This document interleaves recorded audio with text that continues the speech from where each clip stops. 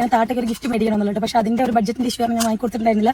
പക്ഷെ എനിക്ക് ഏൺ ചെയ്യാനുള്ള ഒരു വഴി താട്ടം പറഞ്ഞതുകൊണ്ട് ഈ ആദ്യത്തെ ഗിഫ്റ്റ് താട്ടയ്ക്ക് തന്നെ കൊടുക്കണമെന്നുണ്ടായിരുന്നു കേട്ടോ. ഇന്ന് ഞാനും അമ്മയും കൂടെ പോയി പഠിച്ചൊരു മാലയാണ്. അപ്പൊ നമുക്കത് താട്ടയ്ക്ക് കൊടുക്കും. താട്ടൻ കുട്ടിക്ക് ഏൺ ചെയ്യാനുള്ള എന്ത് വഴിയാണ് കുട്ടി പറഞ്ഞു തന്നത്? താട്ടന്റെ വഴിയാണെങ്കിൽ പെരുവഴിയാക്കും, അത് വേറെ കാര്യം. എന്തായാലും താട്ടനെ മേടിച്ച മാല കൊടുക്കുന്ന കാണാം. മാലയിൽ ഒരു ഹൈലൈറ്റ് ഉണ്ട് ഗൈസ്. അതുപോലെ തന്നെ ഒരു ടൈം ട്രാവലിംഗും നമുക്ക് കാണാൻ സാധിക്കും. ഇവർക്ക് ഇപ്പൊ തന്നെയാണ് പണി, വേറൊരു പണിയില്ല. ഞാൻ താട്ടയ്ക്ക് നിന്നിട്ട് താട്ട നിക്കടി ഒരു മിനിറ്റ് എന്ന് പറഞ്ഞിട്ട് താട്ടൻ എന്നെ വല്ലാണ്ട് അപ്പം വന്നു ഗൈസ്. പിന്നെ ഞാൻ ഓർത്ത് അവൻ വേണ്ടിയിട്ട് അല്ലേന്ന് വെച്ച് കൊടുത്തു. അവൻ അവിടെ കാശ് ഉണ്ടാക്കിയ കഥ പറയാതെ എൻ്റെ അടുത്ത്. അവനത് കണ്ടപ്പോൾ ഭയങ്കരമായിട്ട് ഇഷ്ടപ്പെട്ടു കേട്ടോ. കാര്യം അവൻ ഒട്ടും എക്സ്പെക്ട് ചെയ്തിട്ടുണ്ടായിരുന്നില്ല ഞാൻ ഇങ്ങനെ ഒരു ഗിഫ്റ്റ് കൊടുക്കുന്നുള്ളത്.